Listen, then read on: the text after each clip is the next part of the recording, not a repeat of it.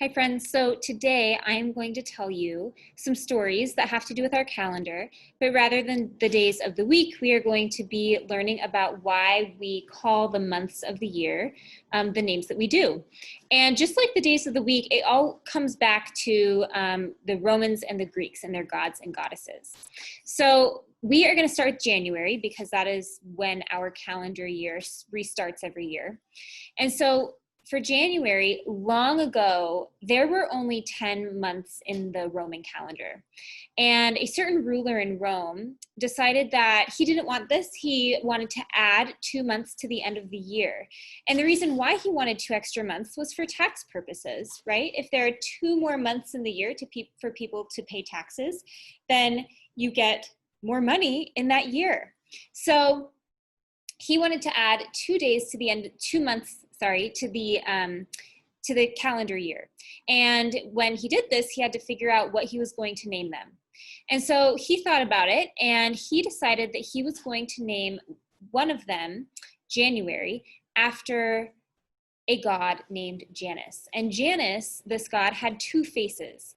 One of his faces looked to the past, and one of his faces looked forward to the future.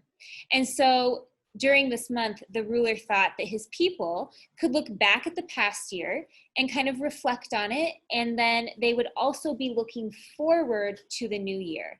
And if you think about January today, this is January 1st is New Year's Day, right? And this is a time when people are looking back, they're reflecting on their year before, and they are then making resolutions and deciding how they want to move forward into the next new year. And so he called the month Januarius,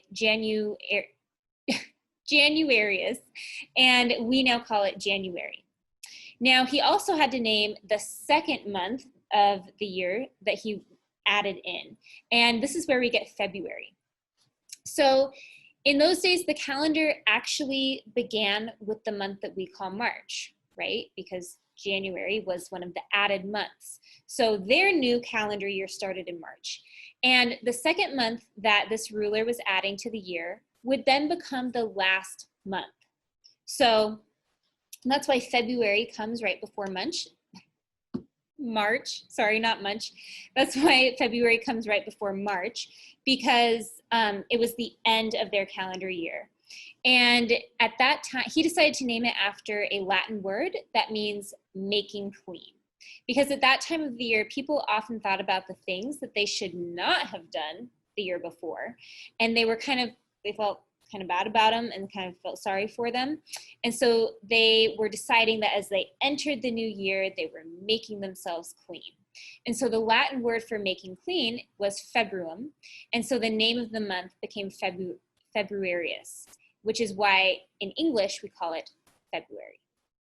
Now, finally, for this video, we have March. And long ago, the people who lived in Northern Europe named 2 days of the week after gods of war. They named one day Thursday after Thor, and the other they named Tuesday after Tu, T-I-W.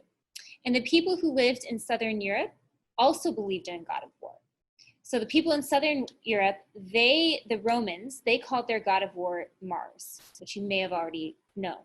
And to honor their god of war, the Romans decided to name a whole month after him. And so Martius became March in English.